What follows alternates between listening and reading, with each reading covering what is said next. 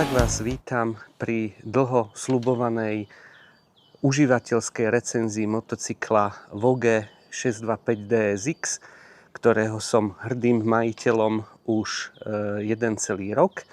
Kupoval som ho na jar roku 2025, teraz máme apríl 2026 a pomaličky sa rozbíja sezóna. Tak som chcel vám teda povedať pár osobných názorov, ako sa mám na cestách s týmto strojom, ako sa mi jazdí, aké má vlastnosti a možno takýmto spôsobom aj vám pomôcť pri výbere, alebo keď sa budete rozhodovať, že či je toto vhodný stroj pre vás alebo nie. Takže motocykel Vogue 625 DSX je stroj čínsky od ale veľkého koncernu Longines, ktorý robí komponenty aj pre značku BMW. A keď sa pozriete tak, ako niektorí označujú túto motorku aj trochu, že fejkové BMW, ale treba povedať, že je to trošku hanlivý názov, lebo myslím si, že je to originálny stroj a už ako Číňania teda, keď zvyknú niečo skopírovať, takže to skopírujú aspoň už v slušnej kvalite, alebo dokonca by som povedal vo výbornej kvalite. A značka Vogue je prémiovou značkou koncernu Longines. Takže to, čo vlastne tu je, sú naozaj komponenty, ktoré sú poctivé. Napriek tomu, že je to čínsky stroj, tak je to kus poctivej motorky. Čo sa týka objemu motora Vogue 625 DSX, to číslo 625 nehovorí o objeme, je to len označenie ako ďalšieho stroja po 525-ke. A objem motora je niečo menej ako 600 kubických centimetrov. Čo je ale zaujímavejšia hodnota je výkon 47 kW, čo je teda pre porovnania, ja som zvažoval v období, keď som si vyberal motorku medzi CF Moto 700 MT, tak tam je napríklad, je to ako kvázi 700 podľa označenia, tiež trochu menej to má, ale tam je výkon vyšší len o 3 kW, čiže tam máte výkon 50 kW. A napríklad QJ Motor, takisto čínsky výrobca, s motorovkou SRT 600, tak tam je výkon napríklad len 41 kW. A takisto hlavná výhoda tejto motorky oproti ostatným, ktorým som menoval, je váha. Táto motorka má aj s náplňami 206 kg a keď si zoberete, tak QJ má okolo 220 a CF Moto má 240 kg. Čiže to na tej váhe potom vlastne tá motorka síce má napríklad CF Moto trochu väčší výkon, ale vezie zase aj väčšiu váhu a tie 3 kW to nie je rozdiel, ktorý by ste videli. Ja som sa rozhodol, čiže priamo pre tento stroj na výstave v Bratislave, kde som si vlastne vyskúšal posed.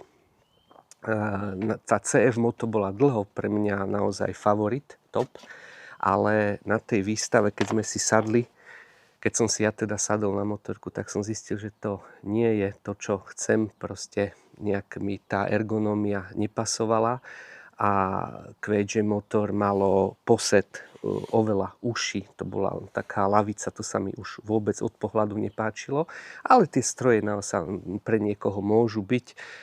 Pre mňa vyhral jednoznačne Vogue 625 DSX.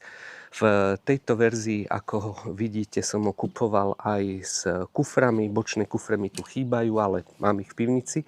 A horný topbox, padacie rámy, bočný stojan, centrálny stojan, kryt motora, proste naozaj super výbava, dostanete to naozaj na komplet, že môžete sadnúť a cestovať. Ďalej, čo sa týka toho vybavenia, tak podvozok je od Kajabi vpredu. Tie zdvihy nie sú síce úplne že terénne, ale je to tuším, že 174 mm. tie motorky, ktoré som menoval predtým, tak tie majú napríklad len 150, čiže toto je tak skôr do terénu.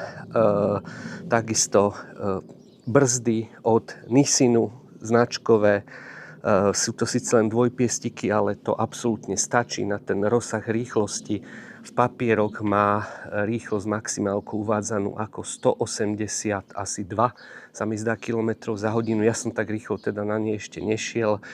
A ako sa vraví, na nemeckej diaľnici som šiel možno 150, ale ešte bolo cítiť, že tá motorka ešte potiahne, ale nemáte žiadny problém oproti, ja neviem, iným motorkám, že pokiaľ sa nepretekáte, tak táto 625 bude bez problémov stíhať za litrovými motorkami. To sa nemusíte báť, keby ste sa vybrali kdekoľvek do sveta, tak absolútne s výkonom problém mať nebudete.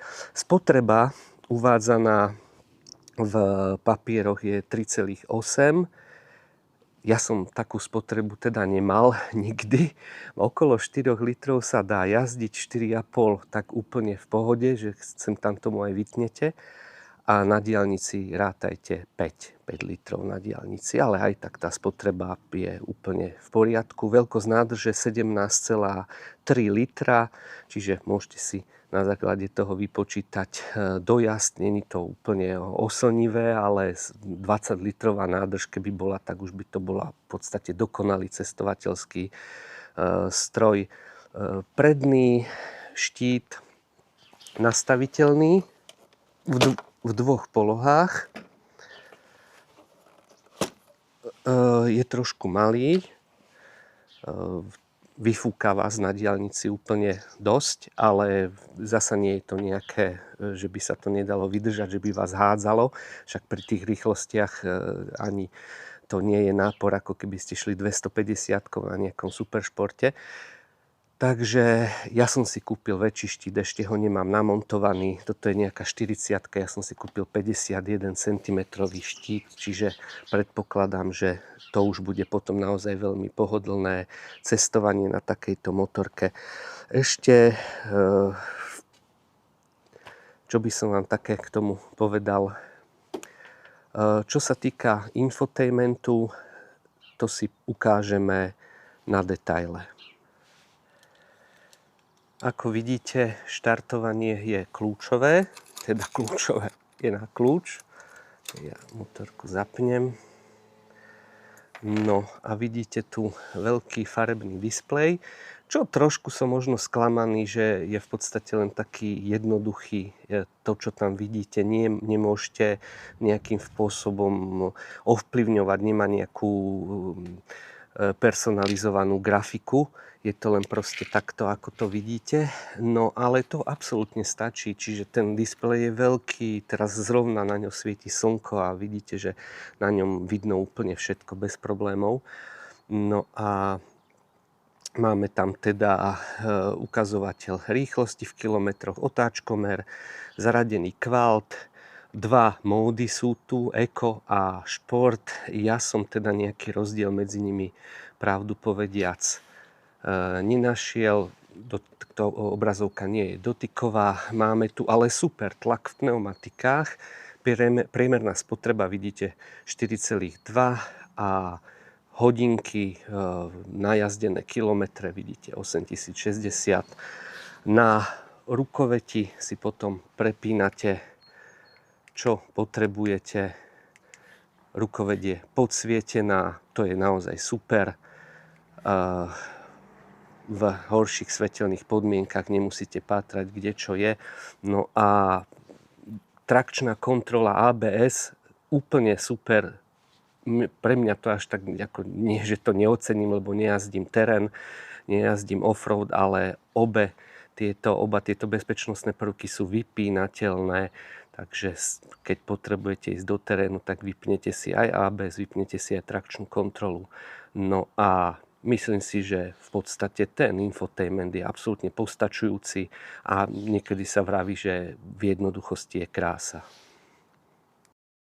Ako sa mi teda na tejto motorke jazdilo,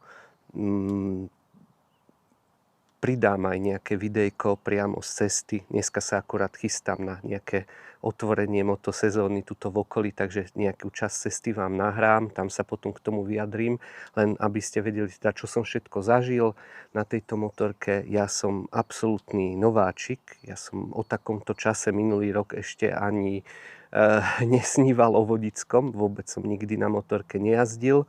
Toto je moja prvá motorka. Je pravda, že som mal jednu sezónu odjazdenú na skútri 125-kovom, ale to sa nedá porovnať s veľkou motorkou, takže ja len minulý rok som si spravil vodičák na Ačko, no a absolvoval som prvý trip, za to som chcel cestovať, čiže už som využil prvú príležitosť a cestoval som do Bosny.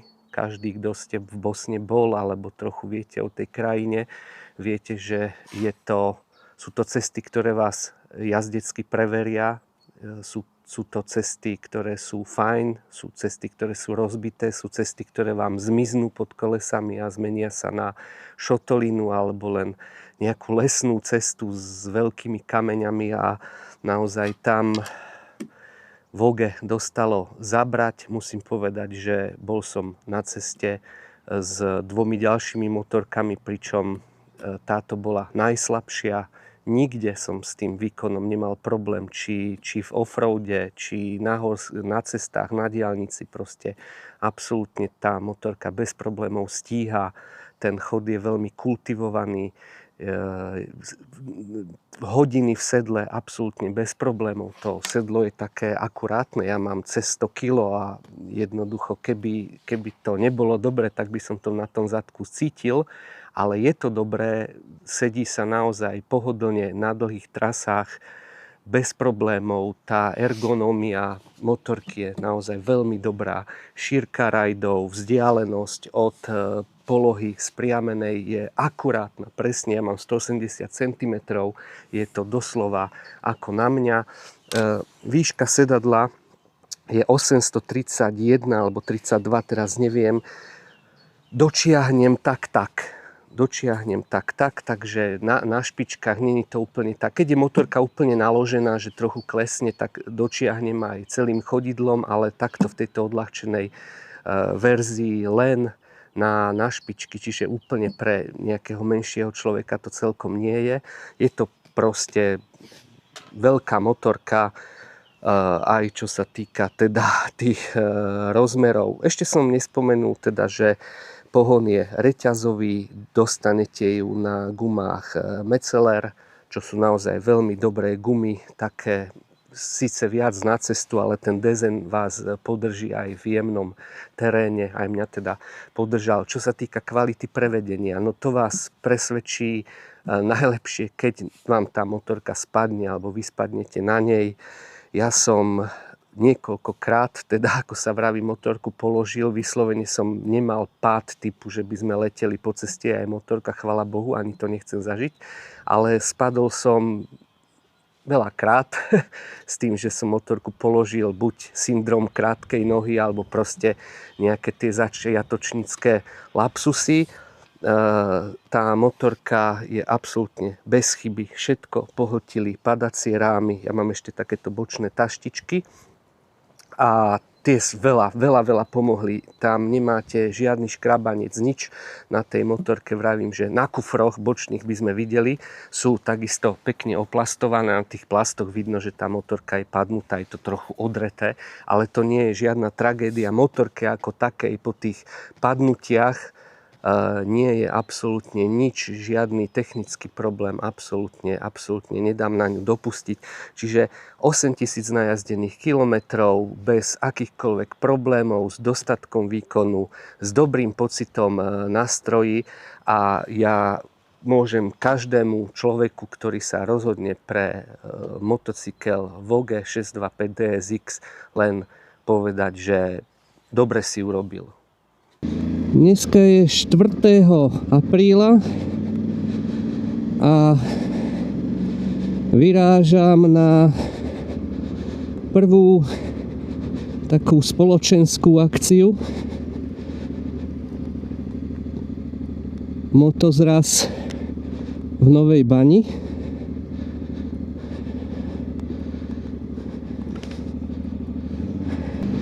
A prvýkrát takto, že natáčam na mikrofón, fakt som zvedavý, ako to pôjde, lebo viete, čo je problém, že venovať sa jazde a rozprávať do toho, no to je veľmi zaujímavý zážitok. Sústrediť sa aj na to, čo sa deje na ceste, aj na to, že čo chcete povedať. Tak dúfam, že to nebude mať nejaké následky, ale idem iba po ceste, čo poznám. A teda ako sa jazdí na Vogue 625 DSX. No jazdí sa úplne na parádu. Ako som vravel, motorku som si vybral v Bratislave a ako som si na ňu sadol, povedala mi pane a vedel som, že to bude dlhoročné spojenie. Motorka krásne ťahá už od spodu. Ten pocit z jazdy je veľmi dobrý. Podvozok je výborne vyladený, naozaj pohlcuje to všetky nerovnosti, ktoré na ceste sú. A naozaj si to človek vie užiť na tejto motorke aj na dlhších trasách, nie len takto okolo komína. No a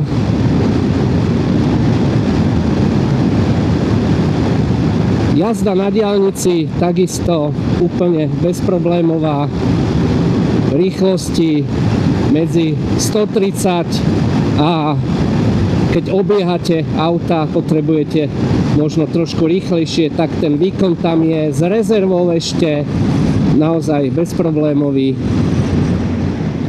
Tak ani ďaleké presuny nie sú vôbec žiadny problém.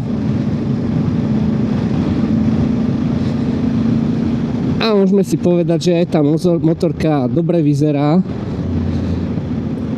Radenie úplne presné, to som nemal nikdy najmenší problém s tým, že by radička, ten kvalt, že by tam nezapadol. Mal som akurát problém, teraz mám nové topánky také väčšie a teda také mohutnejšie, oni sú mi dobré, ale sú také mohutnejšie, také akože do terénu. A kým som nebol na to zvyknutý, tak som párkrát brnkol o radičku špičkou a zaradil som jednotku, keď som myslel, že je tam neutrál a urobilo to raz to urobilo aj bác. No. Takže na záver treba len dodať, že motorka Vogue 625 DSX je naozaj dobrá, kvalitná motorka a aj keď je z Číny, netreba sa jej vôbec báť. A moje skúsenosti s touto motorkou sú naozaj len najlepšie. Nemal som žiadne problémy, žiadne nejaké veci zlé sa mi na nej nestali, aj keď teda tých kilometrov nie je najazdených až tak veľa, ale zasa keby tam boli naozaj nejaké výrobné veci, tak by sa na to určite prišlo.